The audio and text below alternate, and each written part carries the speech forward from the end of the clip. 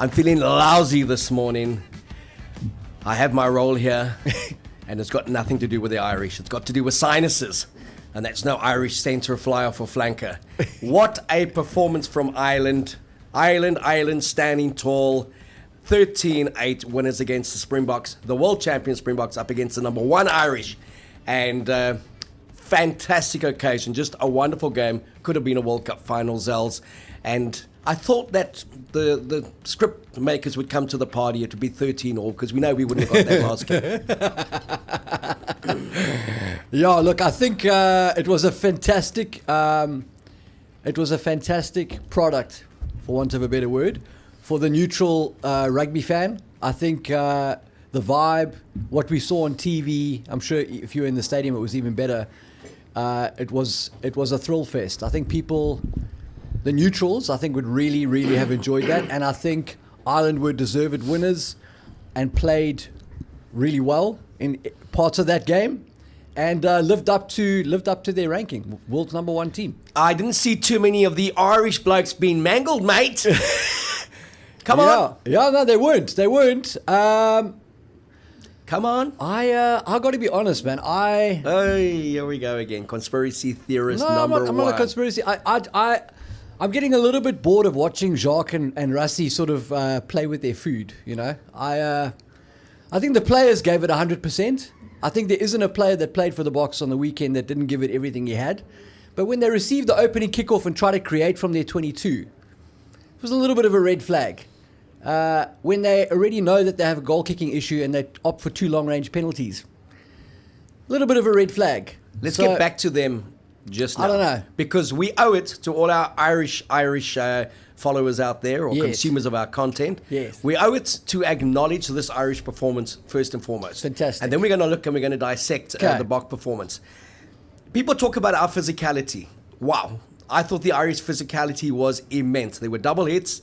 They were superb at the breakdown. Josh van der Fleer was just in another league. And the way their forwards and their backs combined in terms of getting a double hit or 3-4 tacklers on a player, definitely 2 tacklers on one player. They had to come to the party for 81 minutes with physicality, and I thought they did that brilliantly. Kudos to Johnny Sexton. Damien Dealandi walked over him several times. He got up every time, and he was the mastermind behind so much of what they do. I mean, he is integral to that side. I love this guy.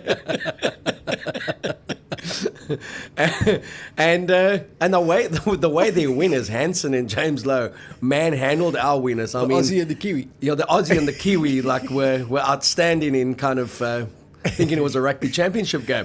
But they really were physical in the contact. They didn't give us much breathing space. And, you know, we keep on talking about the Boks physicality and, excuse me, just how strong they are, the things that they do. But then you look at how Ireland fronted, and they have for so long fronted. And I know what you're going to say.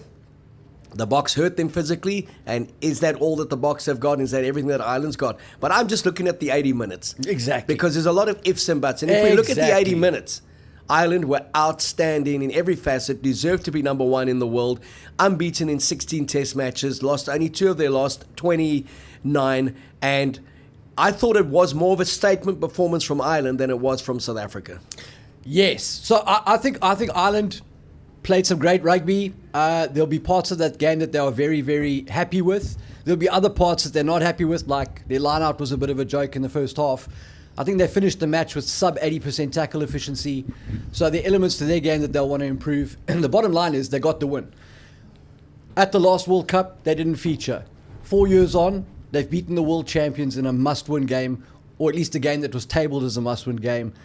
When it counted, they scored more points than the other team, and that's the bottom line.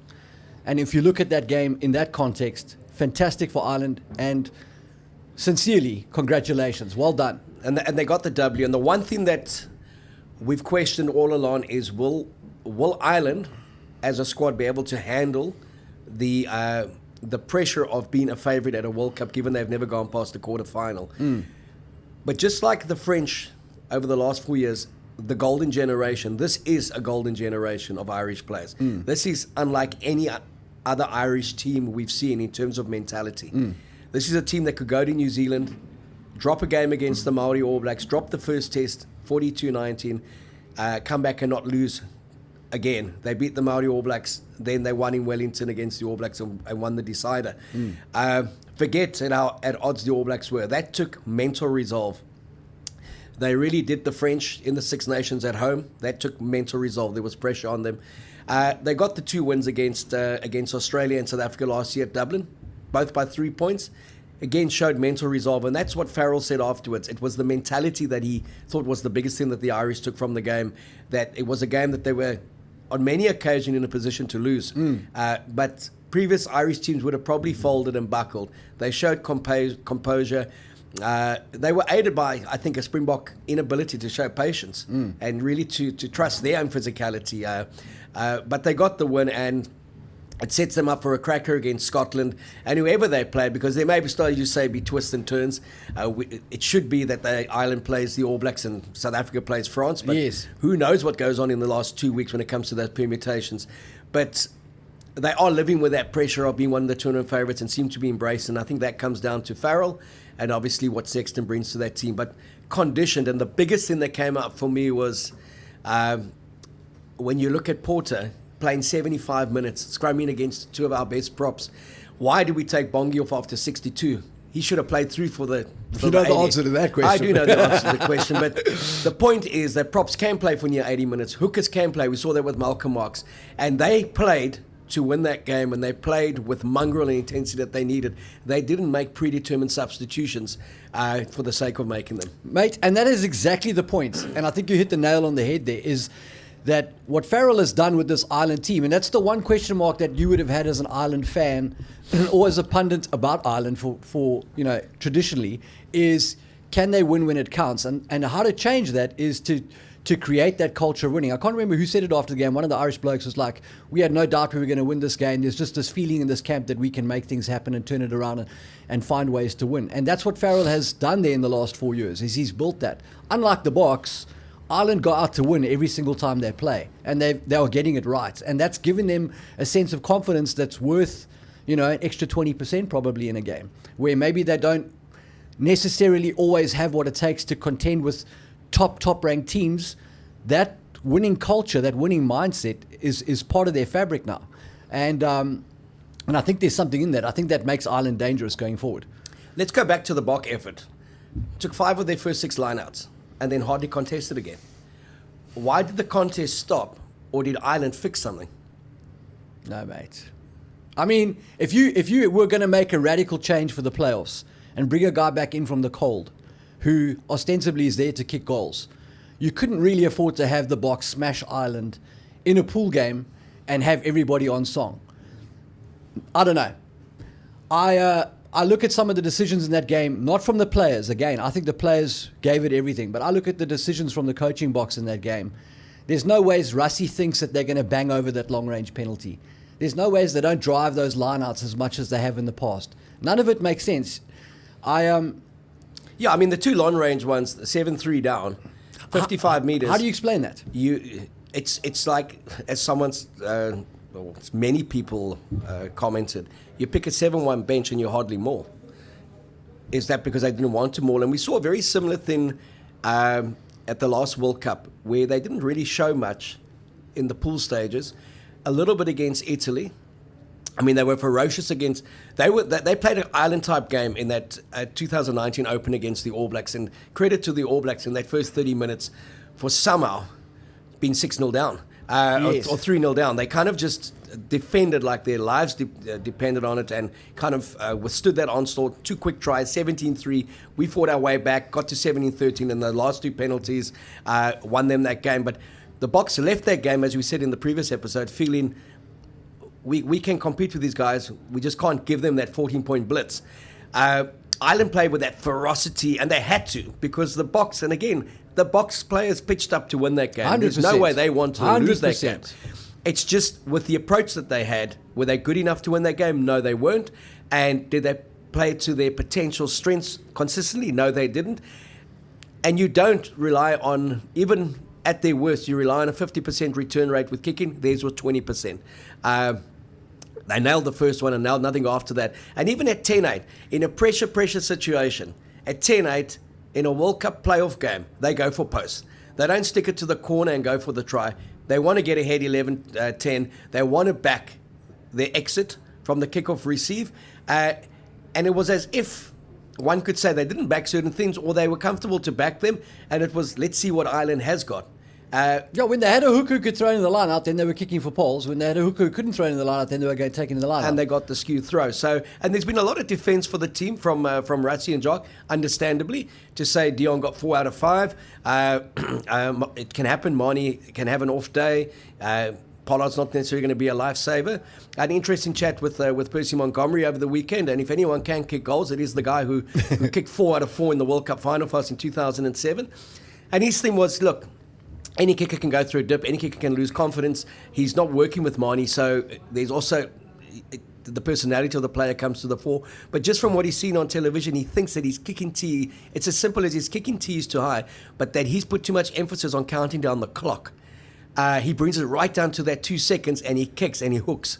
As opposed to just going through his natural flow and knowing that he will kick it within that framework. It's as if his mind's on the clock, the countdown, more than it is on actually the follow through. But Monty's always been he's parlor too, not hook 100%. Take the points. And the first tweet that he sent, or the first WhatsApp that he sent me was, "What did I tell you? We need to take the points." And we tried to take the points and we just didn't get them.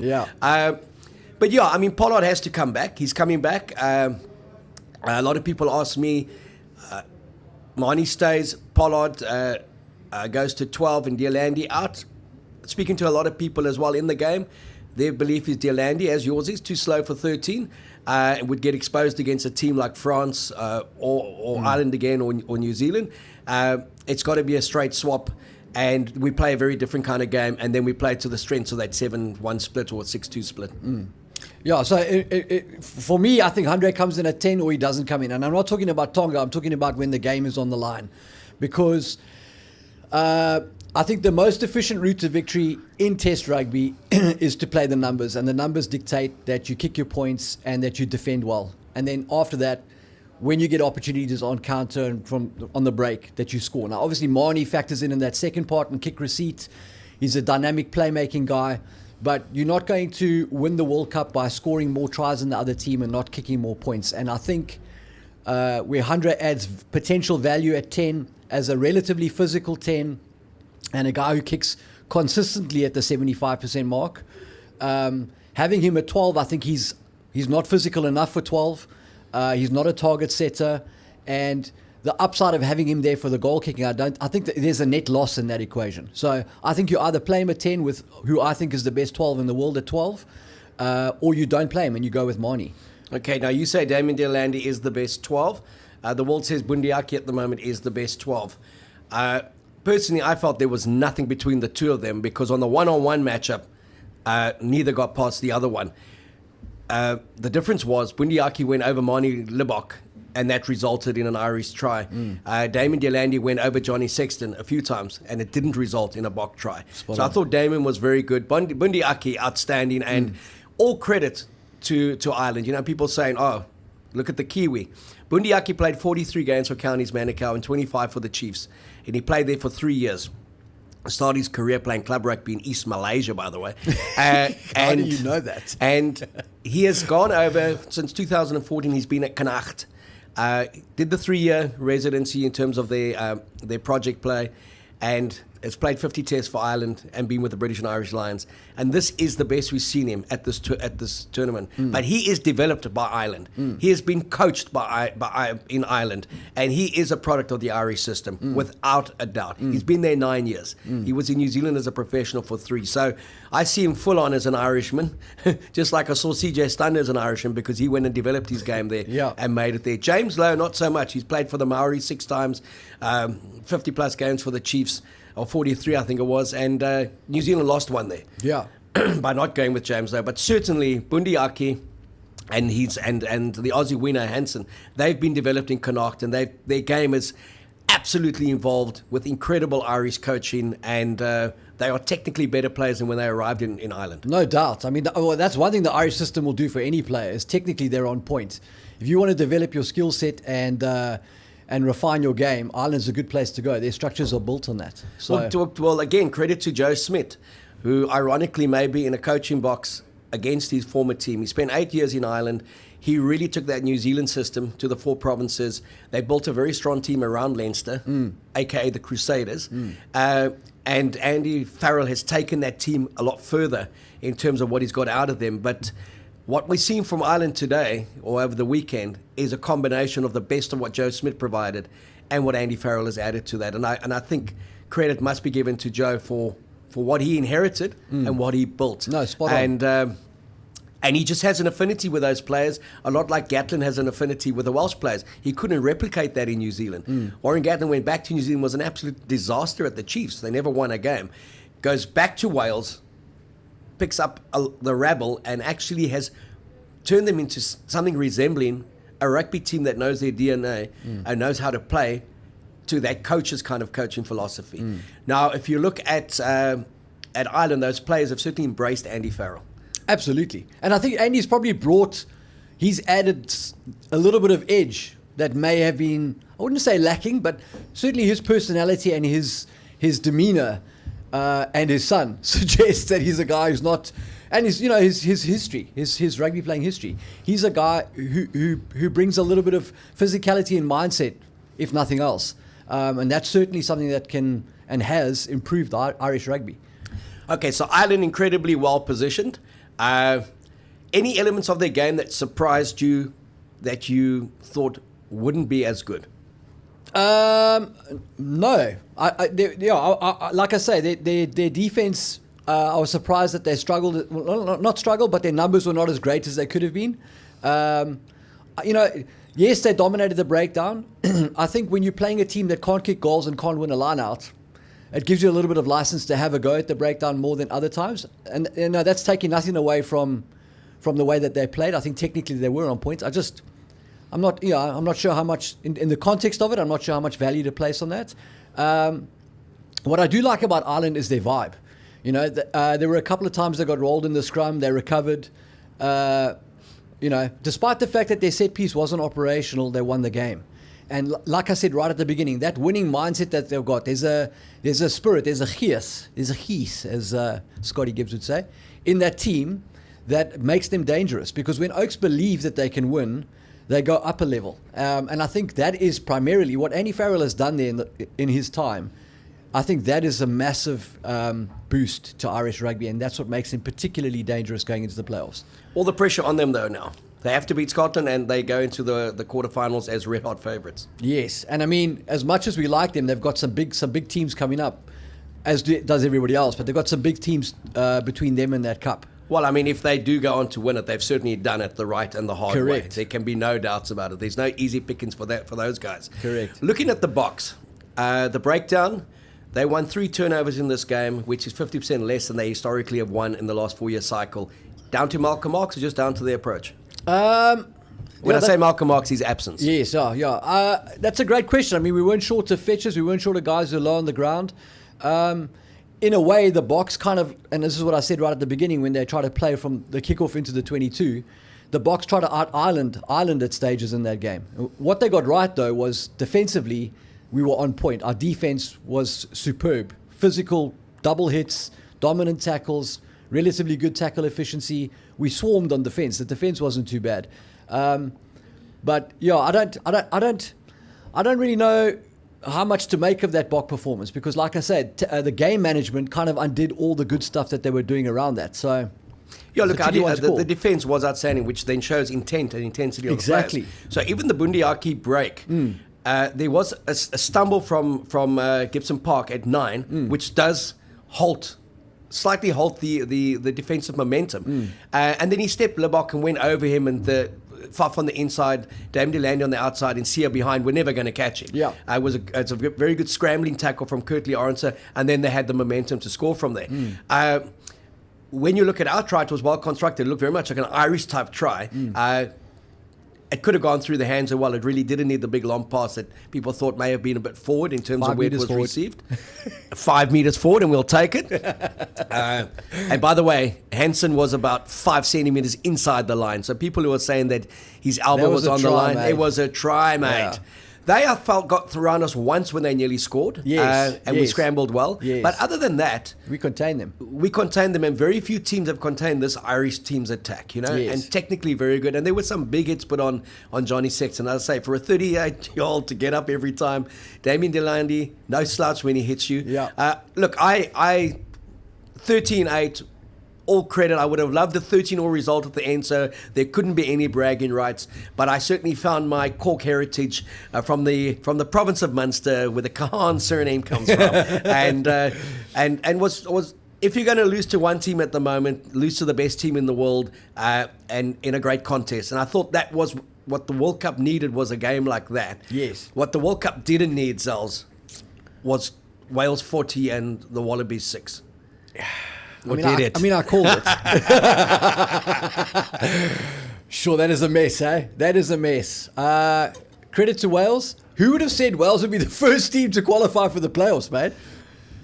Not Eddie. That's for damn sure.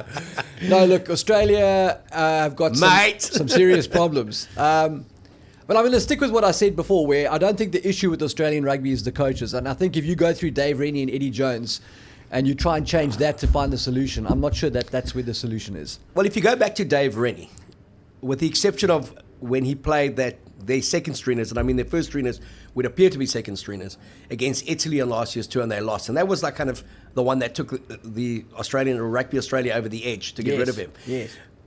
But that team that played in Dublin that was 13-10 down and could have drawn the game 13-all, but went for the line and kind of turned over the ball. It was a skew throw-in. And that team that was leading France with 2 minutes to play and lost by a point, that team had mongrel, they had grit, they had that mix between experience and inexperience. When you looked at that Wallaby team, and again, I understand what Eddie was doing by, I need to change the culture and the new generation, but they want to hide into nothing, those players. Lambs to the slaughter. And, we've always enjoyed Eddie's press conference antics and that, but there was an arrogance that came with the inevitable sledgehammer blow that his team was going to get. Where if there had been a slight bit of humility, there may have been more of an understanding that don't expect this team to actually do anything. They may not get out of the playoffs, but it's part of the bigger picture for Australia that I had to expose these guys to this before the Lions tour. There was that arrogance that they'd do a smash and grab in the Rugby Championship. The expectation was built that they would win the Rugby Championship. They'd win the Bledisloe Cup. That they would knock over everyone at the World Cup. And yeah, mate, we will win the World Cup consistently. Which I looked at him and I just thought I was watching Jose Mourinho at Roma. Just trying to tell the world that he's still relevant and he's still one of the leading brains in world rugby. It's like, as Brendan Foley said, it didn't have to be like this. What a powerful line, eh? It didn't have to be like this. I could just see that movie, mate. And just calmly but powerfully said that. Yeah. I saw when old Flash Gordon came on in that second half. Firstly, to start Ben Donaldson at 10 in a test match, that guy wouldn't make a Vodacom Cup side here, let alone a varsity side.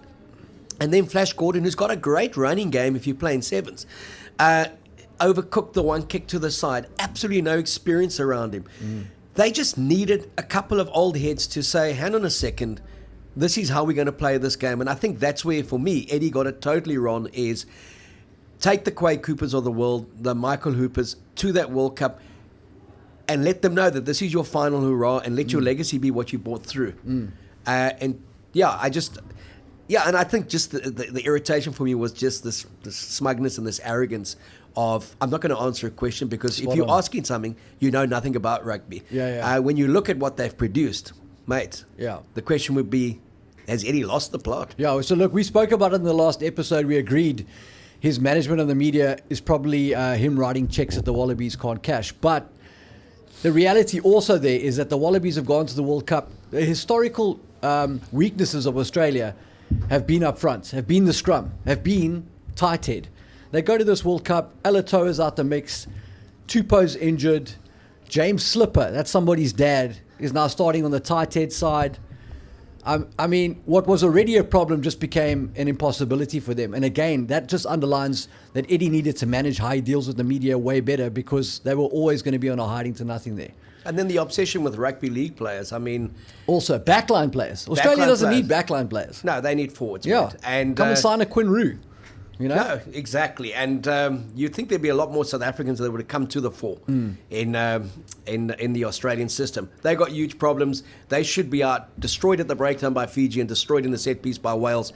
Wales, in the valleys, it'll be sending to my mate Scotty Gibbs. Great result for you guys, and I'm glad that you are through. Gatlin's brought pride, urgency, and intensity back. Jack Morgan, he's going to be something he's special. A nice player, eh? They've unearthed some good players there. I don't think they're quite good enough to kick on. No. Not at the moment, but it's just great to see, and it just shows you the difference in coaching, where a coach knows the DNA and they understand his DNA. Yeah. He's getting those quick results. And he also knew he needed to identify before he got to the World Cup, and he used those warm-up games, 2 against England, 1 against South Africa, to get there. Eddie, by contrast, mixed and matched, never quite knew what his 23 was, and that showed in the way he left out the fullback, left out the right winger, left out certain forwards. What, 7 captains in 7 weeks or something? Yeah, and this co-captaincy thing. So it was all rah-rah. I'm sure they had a good pre-season. Australia, by all accounts, should be out. We won't be talking about them again until the Bledisloe Cup next year, when New Zealand and Australia play for 7th and 8th place in the World Cup, mate. They could actually meet at Charles de Gaulle on the way out. Mate. Again. Yeah. Again, 2007, all over. Only this time, the Wallabies won't make it to the quarterfinal. I'm going to wrap up with the Boks side. Forget the side they're going to play against Tonga. That will be a mix and match, okay? And the key there is, does Andre Pollard get through 60 minutes at least? Forget his goal kicking. Physically, does he get through that game, okay? Yeah. When you look at that side that played, that 23 against Ireland, for the playoff game, if it's France or New Zealand, they may think there's 1 or 2 tweaks they'll make that's different, depending on the opposition. But say, all things considered, this Boks team goes through and has to play Ireland in the final. That Ireland 23 is not going to change. That's pretty much 1 or 2 players may come back from injury, but that's pretty much it. Yeah. What changes would you make to the Boks 23? Would you go 7-1 again, 6-2, and what changes? Okay, so the nice thing about when they get to the playoffs is Rassie and Jacques can't screw around. They actually have to try and win the game 100%. So I'm not sure how that affects team selection. I think it'll be pretty close to what we saw. I think you have to make a decision about the backup hooker situation. You can't be carrying 3 fetchers on the bench because 2 of them are the secondary thrower.